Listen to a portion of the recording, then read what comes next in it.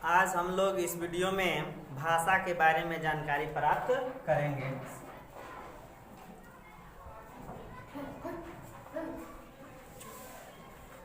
अगर किसी भी व्यक्ति को भाषा की जानकारी नहीं है तो वह अपने इच्छा को एक दूसरे के सामने प्रकट नहीं कर सकता है और न ही अपनी आवश्यकताओं की पूर्ति कर सकता है।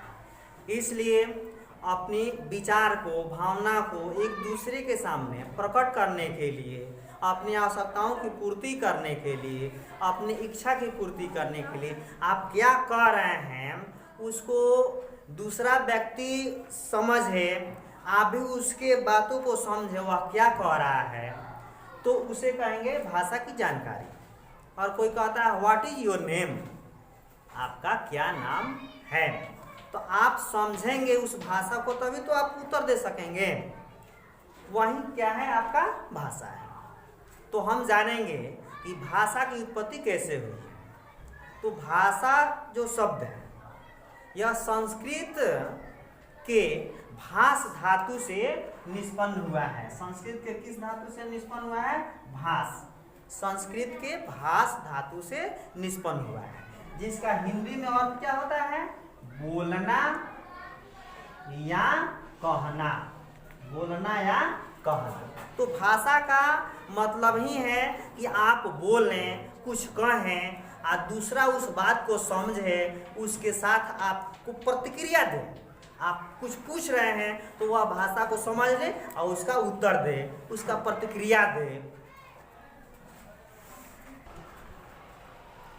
भाषा शब्द संस्कृत के भास धातु से निष्पन्न हुआ है, जिसका हिंदी में अर्थ बोलना या कहना होता है। अब हम लोग जानेंगे भाषा की परिभाषा, यानी भाषा किसे कहते हैं। भाषा किसे कहते हैं? तो मनुष्य जिस माध्यम से अपने विचारों या भावों को व्यक्त करता है, प्रकट करता है, उसे क्या कहते हैं? भाषा कहते हैं। मनुष्य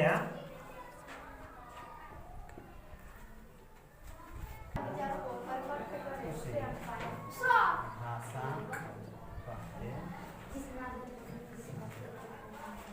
यानी मनुष्य अपनी भावनाओं को जिस माध्यम से व्यक्त करता है उसे भाषा कहते हैं।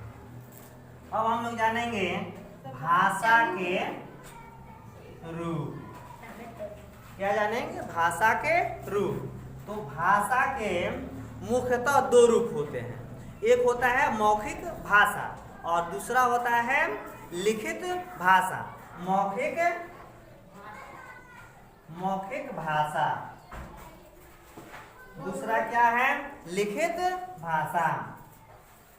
लिखित भाषा। तीसरा क्या है? सांकेतिक भाषा। लेकिन अधिक से अधिक इसी दो का हम लोग अध्ययन करेंगे और इसी का प्रयोग अधिक से अधिक किया जाता है, मौखिक भाषा और लिखित भाषा का। तो हम लोग कह सकते हैं कि भाषा के रूप, भाषा के मुख्यतः दो रूप होते हैं। भाषा के मुख्यतः दो रूप होते हैं। भाषा के मुख्यतः दो रूप होते हैं। कौन कौन होते हैं? एक होता है मौखिक भाषा और दूसरा क्या होता है? लिखित भाषा। मौखिक भाषा में क्या किया जाता है?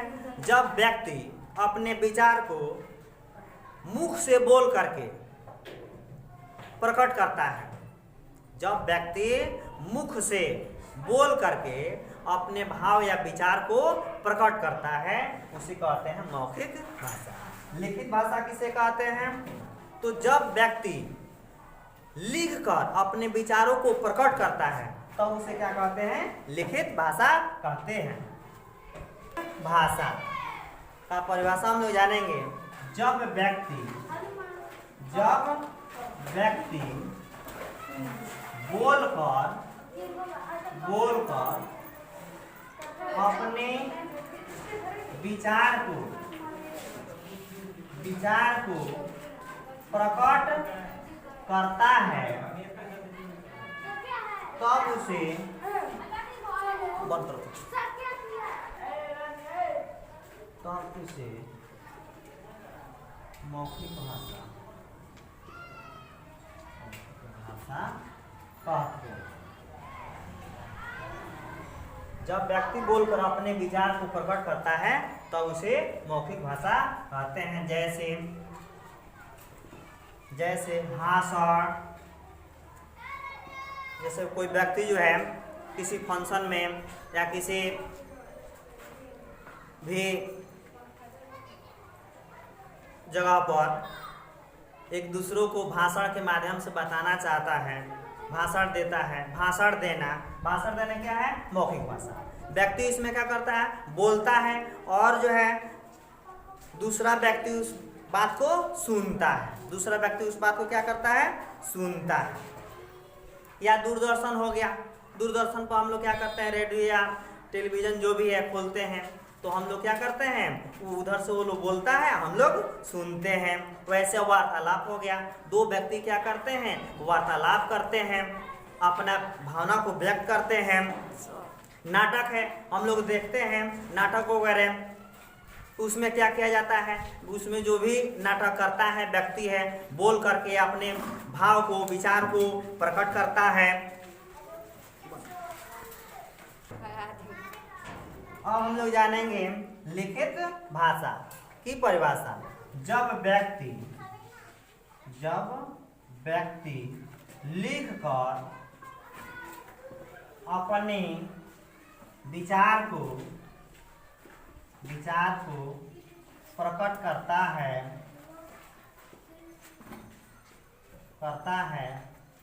तब उसे लिखित भाषा कहते हैं। जैसे पत्र लिखना, आवेदन लिखना, हम लोग पत्र क्या करते हैं? लिख करके एक दूसरों को देते हैं, वह पत्र को निकालता है और पढ़ करके समझता है। तो लिखित भाषा में क्या होता है? हम लिख करके उस व्यक्ति को दे देते हैं और वह व्यक्ति जो है उसको पढ़ करके और समझता है कि आपके क्या भावना है, क्या विचार है, आप क्या बोलना चाहते हैं, आप क्या कहना चाहते हैं। ठीक? पत्र हो गया, निबंध, आवेदन,